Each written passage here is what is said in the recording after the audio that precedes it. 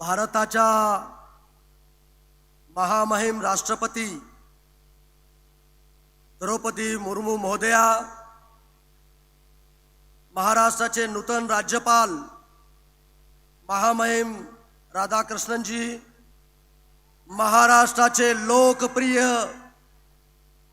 मुख्यमंत्री आदरणीय एकनाथरावजी शिंदे साहेब, महाराष्ट्राचे कर्तबगार उपमुख्यमंत्री आदरणीय देवेंद्रजी फडणवीस साहेब, केंद्रीय मंत्री आमचे मार्गदर्शक आदरणीय रामदासजी आठवले साहेब, आपल्या जिल्ह्याचे पालकमंत्री गिरीशजी महाजन साहेब, मंत्रिमंडळातील आमची लाडकी बहीण व महिला व बाल विकास मंत्री आदिती तटकरे ताई, उपस्थित सर्व लोकप्रतिनिधी, खासदार महोदय, आमदार महोदय, सर्व माध्यमाचे प्रतिनिधी, समोर उपस्थित असणाऱ्या लाडक्या बहिणींनो आणि भावांनो, भारताच्या महामहिम राष्ट्रपती द्रौपदी मुर्मू मॅडम या आज आपल्या उदगीर नगरीत आल्या आहेत। आपल्यासाठी हा भाग्याचा क्षण आहे। समोर बसलेल्या हजारो नारी शक्तीचं प्रतीक म्हणून आपण त्यांच्याकडे पाहतो। एका कवीच्या शब्दात सांगायचं झाल्यास, बिजली चमकती है तो आकाश बदल देती है, आंधी उठती है तो दिन रात बदल देती है, जब गरजती है नारी शक्ति तो इतिहास बदल देती है।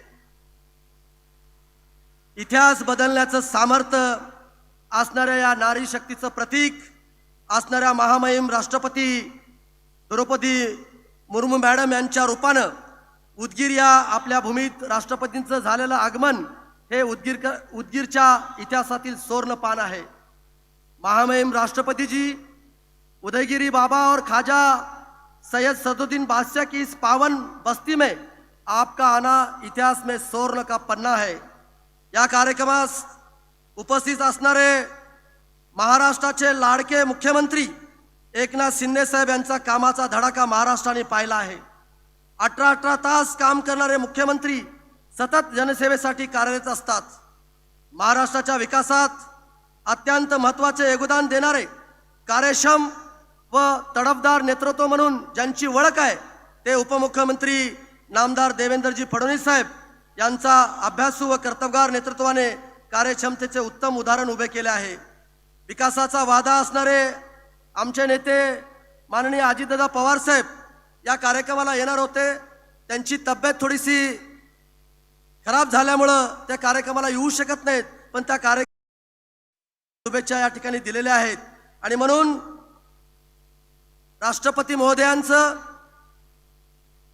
राज्यपाल महोदयांचं, मुख्यमंत्री, उपमुख्यमंत्री आणि व्यासपीठावर सर्व मान्यवरांचं मी जिल्ह्याच्या वतीनं पहिल्यांदा मनपूर्वक स्वागत करतो। महामहिम राष्ट्रपती महोदयांच्या हस्ते आज विश्व शांती बौद्ध विहाराचं लोकार्पण झालं आहे। विश्व शांती बुद्ध विहार आम्हाला शांती, प्रेम आणि करुणाचा संदेश देणार आहे। अतिदीप भव म्हणजे स्वयंप्रकाशित हो, हा भगवान गौतम बुद्धाने दिलेला संदेश संपूर्ण मानवजातीसाठी प्रेरणादायी आहे। जगाला युद्धाची नव्हे तर बुद्धाची गरज आहे, हे साऱ्या विश्वाने मान्य केलं आहे। या पार्श्वभूमीवर जगाला शांतीचा संदेश देणारे तथागतांचं स्मारक केवळ उदगीरकरांसाठीच नव्हे तर येणाऱ्या प्रत्येकासाठी मार्गदर्शक प्रेरणा देणार आहे। सत्य, अहिंसा हा भगवान गौतम बुद्धाच्या विचारावर आपल्याला चालावं लागणार आहे। उदयगिरी बाबा व ख्वाजा सैयद सदरुद्दीन बादशाह यांच्या स्पर्शाने पावन झालेल्या या भूमीला गौरवशाली परंपरा आहे। प्राचीन काळापासून या नगरीने सामाजिक ऐक्याचा आणि बंधुभावाचा आदर्श घालून दिला आहे। ख्वाजा सैयद सदरुद्दीन बादशाह दर्गा असेल की अन्य धार्मिक स्थळे, यातून दिला जाणारा एकात्मताचा संदेश हा येथील जनमानसाच्या ऐक्यासाठी बळ देणार आहे। माझ्या मायमावल्यांना आणि बंधूला मी सांगू इच्छितो की महायुती सरकारने सामान्य माणूस हाच केंद्रबिंदू मानून विकासाच्या अनेक योजना राबवल्या आहेत। संपूर्ण देशाचं लक्ष वेधून घेणारी मुख्यमंत्री माझी लाडकी बहीण योजना असेल की महिला सक्षमीकरणाच्या अन्य योजना, या सर्व योजना आमच्या माता भगिनीच्या आयुष्यात परिवर्तन घडवणाऱ्या आहेत। पुरोगामी महाराष्ट्रात महिलांच्या बाबतीत अत्यंत सकारात्मक असणाऱ्या या शासनाने माता भगिनीच्या जीवनात नवा प्रकाश त्या ठिकाणी आणलेला आहे. मित्रांनो, आज माननीय मुख्यमंत्री आणि देवेंद्र फडणवीस साहेब त्या ठिकाणी आहेत. हे दोन्ही आणि आमचे नेते अजितदादा पवार साहेब, हे तिन्ही नेते या महाराष्ट्रामध्ये काम करणारे नेते म्हणून या महाराष्ट्रामध्ये त्यांची ओळख त्या ठिकाणी निर्माण झालेली आहे. आणि म्हणून त्यांच्या सर्वांच्या आशीर्वादानं आणि तुमच्या सर्वांच्या आशीर्वादानं या भागाचा लोकप्रतिनिधी म्हणून मला या ठिकाणी संधी मिळाली आणि मागच्या 5 वर्षात उदगीर मतदारसंघाचा चेहरा मोहरा बदलण्याचा प्रयत्न प्रामाणिकपणे मी या ठिकाणी केला. विकासाचा बॅकलॉग अनेक वर्षाचा भरून काढला आहे. भविष्यातील विकासाचे नियोजन त्या ठिकाणी केलेलं आहे. मुख्यमंत्री माझी लाडकी बहीण योजनेअंतर्गत उदगीर विधानसभा मतदारसंघात जवळजवळ 80,000 भगिनींना रक्षाबंधनाची भेट शासनाच्या वतीने देण्यात आली. या भगिनीच्या आर्थिक उन्नतीबरोबर त्यांच्या रक्षणासाठी आमचे सरकार कटिबद्ध आहे.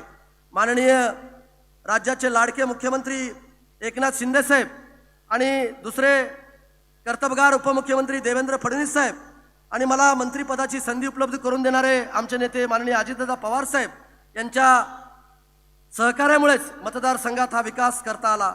उदगीरचा विकास आता जिल्ह्याच्या धर्तीवर झाला असून जिल्हा निर्मितीच्या प्रक्रियेत उदगीरला जिल्ह्याचा दर्जा द्यावा अशी आग्रही मागणी तुम्हा सर्वांच्या उपस्थितीमध्ये मी या सर्व नेतेकडे त्या ठिकाणी मी करतोय. तुम्हा सर्वांना माहिती आहे, आरोग्याच्या बाबतीमध्ये प्राथमिक गरजा आपण त्या ठिकाणी पूर्ण केल्यात, पण हे आमचं शहर लातूर शहराच्या नंतर मोठं शहर आहे आणि म्हणून इथं कर्नाटक तेलंगणाच्या बॉर्डरवरचं हे शहर आहे आणि म्हणून इथं एक मेडिकल कॉलेज झालं पाहिजे आणि एका मोठ्या उद्योगाची उभारणा त्या ठिकाणी झाली पाहिजे अशी या ठिकाणची जनतेची मागणी आहे. मला खात्री आहे राज्याचे मुख्यमंत्री आणि कर्तबगार उपमुख्यमंत्री हे सकारात्मक आहेत, दृष्टिकोन ठेवून आपल्याला हे मंजुरी देतील अशी आशा या ठिकाणी मी व्यक्त करतो.